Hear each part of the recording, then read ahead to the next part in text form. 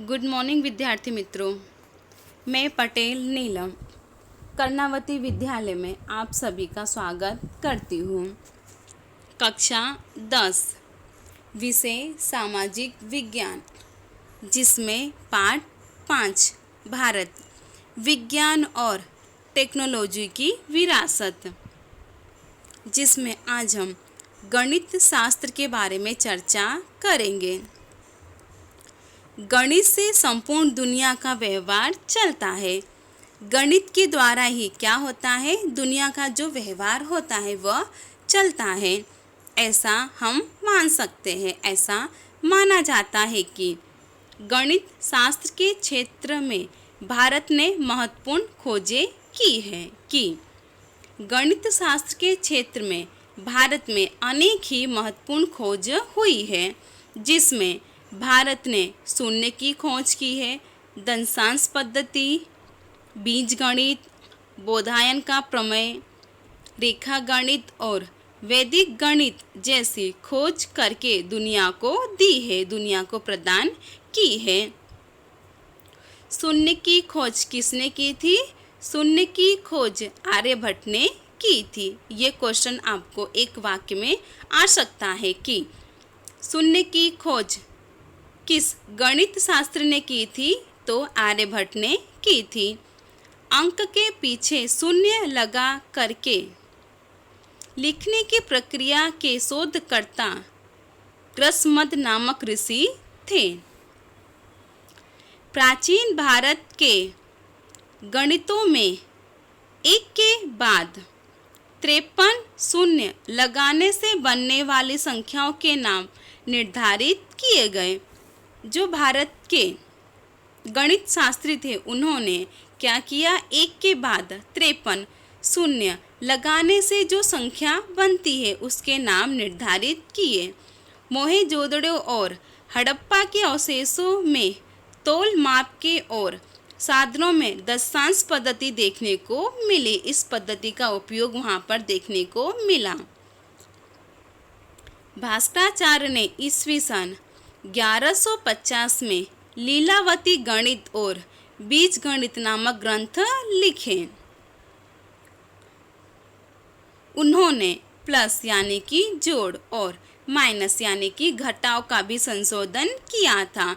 1150 में उन्होंने जोड़ और घटाव का भी संशोधन किया। ब्रह्मगुप्त ने समीकरण के प्रकार बताए थे। बोधायन प्रमेय यानी कि त्रिकोणमिति आपस्तंभ ने शूल्व सूत्रों में ईस्वी सन 800 पूर्व विविध वैदिक यज्ञों के लिए आवश्यक विविध वेदियों के अनुपात निश्चित किए। इसमें भी इस सिद्धांतों का विश्लेषण मिला है।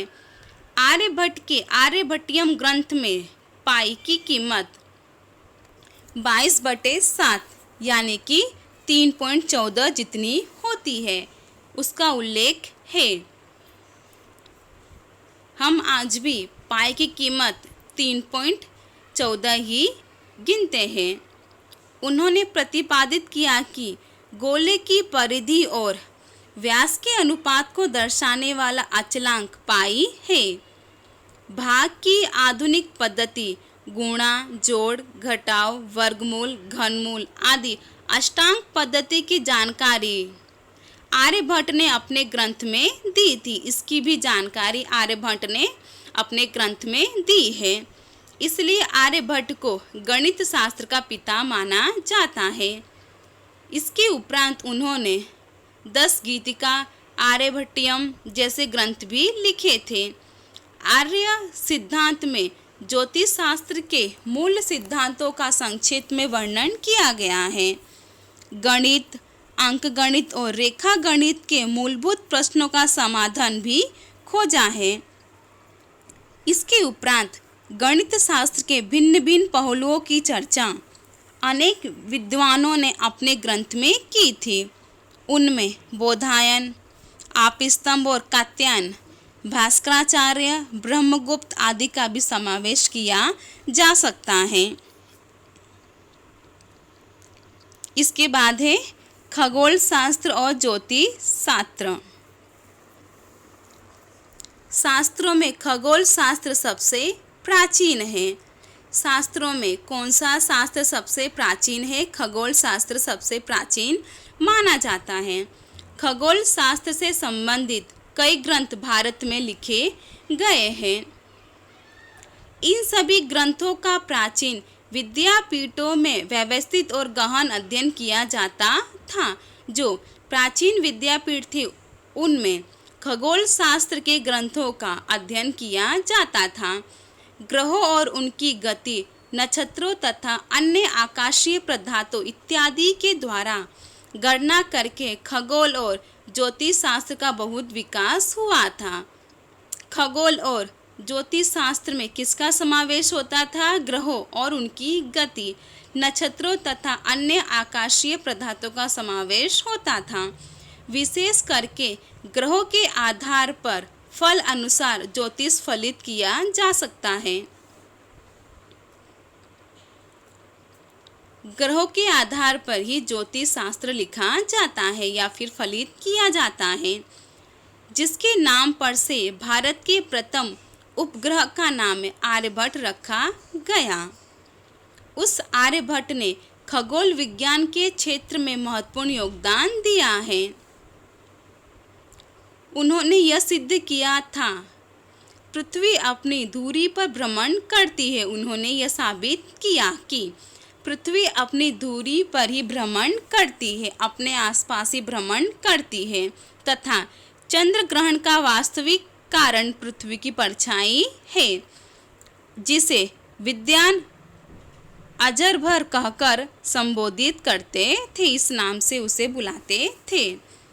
इसी तरह ब्रह्मगुप्त ने ब्रह्म सिद्धांत ग्रंथ में गुरुत्वाकर्षण के नियम का भी उल्लेख किया है।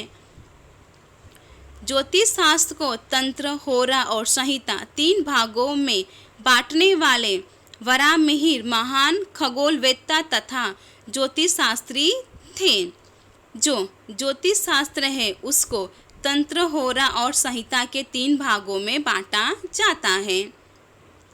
उन्होंने ब्रह्म संहिता नामक ग्रंथ की रचना भी की थी, जिसमें आकाशीय ग्रहों की मानव के भविष्य पर होने वाले प्रभाव, यानी कि जो अवकाश के ग्रह है उनका मानव के भविष्य पर क्या प्रभाव पड़ेगा, इसका उल्लेख भी खगोल शास्त्र में किया जाता है, ज्योतिष शास्त्र में किया जाता है। मनुष्य के लक्षण, प्राणियों के अलग अलग वर्गों, विवाह समय तथा कुआं, तालाब, बगीचा, खेत की बुवाई वगैरह प्रसंगों के शुभ मुहूर्त की जानकारी भी दी है। आज भी हमें कोई शुभ कार्य करना होता है तो हम सबसे पहले उसका मुहूर्त निकालते हैं। हमें गर्व होना चाहिए कि हमारे पूर्वज विविध विद्या में किस तरह की निपुणता रखते थे। अब है वास्तुशास्त्र। प्राचीन भारत की वास्तुशास्त्र के क्षेत्र में महत्वपूर्ण देन है। वास्तुशास्त्र ज्योतिष शास्त्र का अविभाज्य अंग है।